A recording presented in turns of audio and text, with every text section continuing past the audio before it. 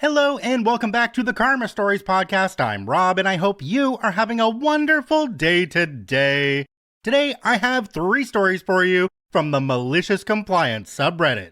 You may have noticed if you're on YouTube that something's a little bit different today.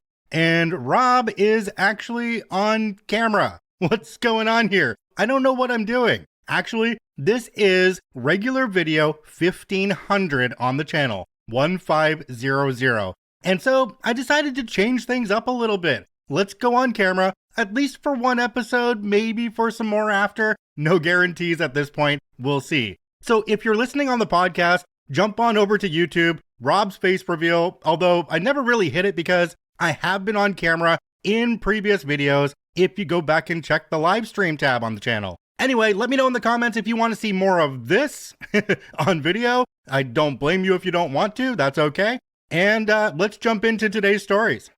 This story comes to us from Rust and Dirt, Dump Truck Delivery. 20 plus years ago now, I worked at a landscaping supply business driving a dump truck. I've been a software engineer for most of the time since, but at that time, well, mistakes were made, and I spent a few years driving a truck. These were single axle trucks, 26,000 pounds gross. We often overloaded them by about a ton. Muscuda was on the edge of the area we often delivered to, and we occasionally took rock or mulch to the high school there. I arrived one day with probably 4 or 5 tons of topsoil. If I recall correctly, I had to drive around the school and find someone. I suspect I had been instructed on where to meet people, and those people weren't there. I asked after the name I had on the delivery ticket. It was written on there like I should know who they were. When I found someone behind the school and was informed that it was a math or physics, I don't recall, but something STEM related, teacher I was looking for. I think I asked that person if they could find the teacher for me. Eventually, I met the teacher and 3 or 4 students in front of the school. I didn't know any of them. I might have still been 19 or 20 at the time, and I looked young. It wasn't rare to be forced to find people for a delivery, and everything was normal so far. I got out of the truck and was told that the dirt was to be dumped into a planter they had been assembling with decorative blocks around the sign for the high school. It was out maybe 50 feet into the grass between the road and the parking lot in front of the school. I hesitated and might have managed to say before being interrupted. I was going to say that the truck would leave marks in the grass. The truck at 12,000 pounds empty was heavy enough that it would compress the dirt, and even though the grass would only be flattened, it would leave a trail anywhere the truck went, likely an inch or 2 deep that wouldn't go away anytime soon. The tracks would be conspicuous. I don't recall if I got more than 1 syllable out before I was interrupted with a condescending tone, initially from the teacher, and then from 1 or 2 of the students. I tried to speak again, and again, I was met with a mix of disbelief that I didn't understand the instructions, and further attempts to explain what they wanted me to do, as though I was 5 years old or didn't speak English. I believe I attempted to speak 2 or 3 times before giving up. I acquiesced, got back in the truck, and proceeded to drive out into the grass, leaving ruts that the groundskeepers would regret for years to come. The grass would be cut off level above these ruts, but you'll still feel them when you drive over them with a mower. I backed the truck up to one side of the planter and dumped dirt in until it was piled above the small semi-oval retaining wall, and I was signaled to stop. The sign was in the middle of the planter, which meant that the pile was only on one side. The other side was pretty much empty. I expected that we would want to drive to the other side of the planter. When you dump enough piles of something, you get a feel for what it's going to take to fill a space. But after being told to stop, I got out to suggest that they would want more dirt here to fill the entire planter. Again, I was not able to finish a sentence. I attempted to tell them that when they spread the dirt out in the planter, it wasn't going to be anywhere near the brim. I also would have been willing to stay while they moved some dirt over to the bare area so we could dump more in without spilling out onto the grass. It was clear they had no use for anything I might have to say. The disrespect was clearly intentional.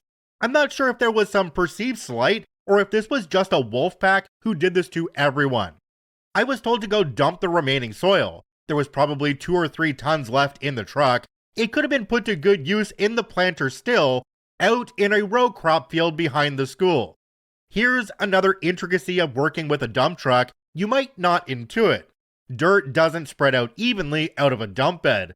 Most trucks have chains for the gate that allow you to meter how quickly the material comes out of the truck. These work great with small rock and gravel. With material that's more prone to clumping, you set the chains such that the gate can open wider and be less prone to clogging. But for dirt and mulch, it effectively just doesn't work. It hits the gate, compacts a bit, and is clogged. Then you can't release the chains because there are thousands of pounds of material pressed against it. You have to dig it out, which is a lot of work, even with gravity helping. And of course, the whole exercise was futile from the start. Thankfully, these people didn't know to ask, or I'm sure they would have directed me how to do my job. And then I would have been faced with either arguing with people who didn't care what I thought, or setting the chains and then spending 10 minutes unclogging the gate of the truck. You might guess there's too much nuance in that to convey in a scenario where I've yet to be allowed to finish a sentence. We weren't having a conversation, and these people were enjoying this for some reason. This was a long time ago, and I don't remember much of what was said to me, but I do clearly remember one kid slowly explaining, "Just take the truck over there and drive it while you dump it out," or something to that effect, with hand gestures, like you would explain something to a child. By this point, I wouldn't piss on them if they were on fire, so I wasn't inclined to expose myself to any more of this noise. I had them sign for the delivery and then drove around the school and into the field. I felt a little bad for whoever farmed this field, so I actually did try to make it work as well as possible. I also doubted they had permission. I drove about as fast as I was willing to drive in a recently tilled field and started raising the bed. As topsoil wants to do, nothing happened until the entire mass started sliding and essentially landed in the field in a large pile. You could tell that, if you knew what you were looking at, the truck had been moving when it was dumped, but it was still a pile that someone was going to have to deal with. I drove past the school a week or so later on another delivery. I was curious to see if they had gone out to the field to get some of the nice sifted topsoil when they realized the planter was barely half filled, or to maybe use it to patch the ruts in the grass. There were still obvious tracks leading to the newly constructed planter. The planter was still filled with dirt, leaving the back of multiple courses of block exposed, and the large pile of dirt was still standing out in the field. The planter stayed that way for years. I don't know if anyone ever fixed it. The entire complex was apparently demolished and has been replaced with a new building now. I moved out of the area a long time ago. I'm not entirely certain that this was malicious compliance. I wasn't trying to be malicious, but I wasn't going to argue with people who were being both insulting and borderline hostile. I held that job way too long, maybe 6 years, so I certainly had more bad or weird encounters with customers, like the time I guess I disappointed a couple trying to have a delivery man three-way, but this one was one of the worst. Jumping down to the comment section on this one, we have one from a user called StevenXSG. It says, "If you're paying someone to do something for you and they tell you how it could be better, for God's sake, listen to them. They know what they're on about, even by seeing it 1,000 times per week." Another commenter down below called AmbitiousGanache891 said, "I forget the name of the guy who did a study on intelligence, but what he came to understand is that stupid people are oblivious to the fact that they are stupid, because of how stupid they are. In other words, they don't have the intelligence to realize that they don't have the necessary skills to perform whatever task they want to accomplish, and try to do it anyway." Ah yes, a case of my big shiny education is better than your many, many years of experience on the job. You don't know what you're doing, but this piece of paper on my wall says that I know what I'm doing. So you better listen to me, right? Have any of you had experiences like this with people? Let me know in the comments down below. If you're on YouTube, you can comment down below, and if you're listening on Spotify, you actually have the ability to comment there too. So let's hear from you. I love responding to comments. This story comes to us from Prestigious Store 22. "Sure, I won't wear a tank top during my workout." A little background first. I, now 45 male, used to be a military driver in the Dutch Navy a long time ago. And at some point, I was stationed at a little Navy base meant for physical rehabilitation of Navy personnel. With little, I mean a base with less than a few hundred people. My function was to drive patients to the military hospital, CMH, to drive groups of people to the swimming pool, etc. When I was at home in the weekends, I would do my workout at my regular gym, but on work days when finished with my work, I would train in a small gym on site where I was stationed, because I would stay on base during the week. I was about 21 years old and I was preparing for my very first bodybuilding contest, so I was muscular and working out a lot. At some point, the gym manager, a Marine sergeant, told me that somebody at upper management was offended by my looks and that I was no longer allowed to wear a tank top during my workout. My tank top was wide-fitting and purely functional, and seemingly nobody was ever bothered by me wearing it, at least that's what I thought. I argued with him about how unfair I thought this was and pointed towards a fellow gym goer who was also wearing a tank top and asked the sergeant why this guy wasn't told to not wear a tank top during his workout. This man was athletic and in a fair shape, but not bulky and muscular. The sergeant, I got along with him very well, agreed with me, but told me that the officers in charge ordered him to just tell me, and orders are orders. He agreed with me though, but higher up already decided, so he felt that he did not have a choice. At that point, I just took my loss and finished my workout. The next day, I found the perfect solution and took one of the shirts we got in our PSU, what roughly translates to personal standardized gear. This shirt was stretchy, slim-fitted, white shirt, so I decided to wear that for my next workout. When I arrived to the gym, the sergeant shook his head and told me that this was not what the officers in charge would appreciate. So I told him this was what the Navy gave me, so it cannot be wrong. My body was much more on display compared to the tank top. The tight fit showed everything, especially when I was sweating. I was fully compliant with the dress code, and nobody would be able to dispute that. The sergeant laughed because he knew I was right, but told me that the officers probably would be pissed. I kept doing my workout like this during that week, and after the weekend, the sergeant told me with a smile that higher-ups retracted their order and to please start wearing my tank top again. So, OP, are you trying to tell me that they tried to muscle in on your plans, but you tanked their plans and did a good job of not sweating the small stuff, wearing what they wanted you to wear in the gym? I bet Command probably ripped someone a new one when they realized the consequences of their orders. This story comes to us from Status Tap 5615. Deny my leave? We'll see who wins this game. This was a few years back when I was active duty military, officer in the healthcare side of things. Overall, loved my time in, but the bureaucracy of a huge organization like the military eventually wore on me. As a healthcare professional, I would often use my days off to moonlight or work in private practice, since the money is way better. This is perfectly acceptable in the military and most providers do. There's some hoops you have to jump through, but most commanders are fine with it. They often do it themselves. Unfortunately, people come and go, and we ended up with a first sergeant that liked to stick it to the officers whenever he could. So there was a time that I submitted leave for a day I was supposed to work in private practice, and he denied the day off on a technicality. I don't remember what it was. Maybe I submitted a day late or something like that. I wasn't going to let this stop me though. I quickly reviewed our sick call policy and made sure to download a copy of it. Officers were treated with quite a bit of leniency, and there was no requirement to report to work or submit a doctor's note unless you were out for 3 days or more. This was what the policy stated.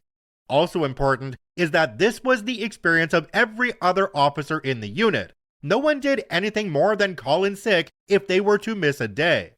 So the day that I requested off rolls around, and I unfortunately developed the sniffles and call in sick.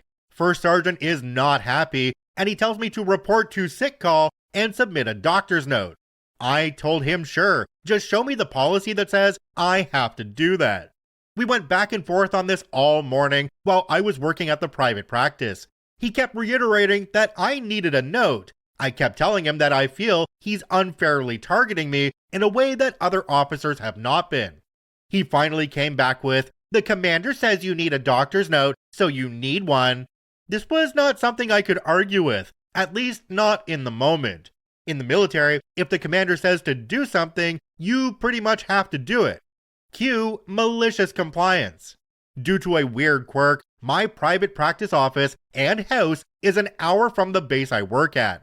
There is, however, a base in the town where I live too. I had previously been stationed there, but got moved down the road and didn't want to move the family, so I just decided to commute. So rather than drive all the way to base where I work, I devised a plan to go to the one more local to me. By this time, it's close to lunch, and I have about an hour before my next patient's at the private practice. So I quickly drive to the hospital ER, and as I'm walking in, I start to convince myself of how sick I feel. By the time I walk through the doors and check in, I've got a pretty good show going and tell reception that I've been throwing up all morning and can't keep anything down. Nurse says, "Yeah, you don't look too good," which I'm not sure how to take.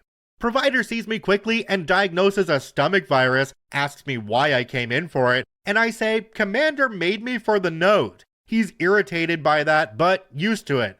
I'm about to be let go when he decides since I've been throwing up, he should get some fluids in me, and orders an IV. I glance at my watch, and I have about 30 minutes left in my lunch. And with the busy morning, I hadn't kept on my fluid intake, so I figure, why not? So they hook up the IV, and I chill on my phone for the next 20 minutes, getting nice and hydrated. Unfortunately, my lunch was almost over, and the bag is only about half empty. Cut to me unhooking the bag and squeezing the remainder into the sink. Hooked it back up. Nurse comes in and sees it's empty, and I'm on my way. Doctor's note in hand. Nice and hydrated, and in plenty of time to finish my schedule of patients after lunch. Jumping down to the comment section on this one, we have one from a user called Zen Engineer. It says, "I'm surprised the doctor didn't give you a note for the whole week. That's usually what happens in those cases." OP responded and said, "Probably could have pushed this, but the leave was for a Friday, and I was only trying to get what I originally intended." Another user in the comment section called Kelly Rose 1313 said, "You went to a hospital ER, saw a doctor, got diagnosed, given a note, and half an IV, all within the hour lunch you had, including driving times both ways. Where on earth is this miraculously fast hospital? Misery or not, it seems super sus." OP responded to this one and said, "Hospital was 5 minutes away. Fellow Medcom officer may have greased the skids a bit on efficiency at the ER." So, OP, I would say that this was a pretty savvy move on your part. You followed the chain of command, but still managed to handle things your own way. Nicely done. It's always satisfying to use the rules to your advantage when someone's needlessly digging in their heels.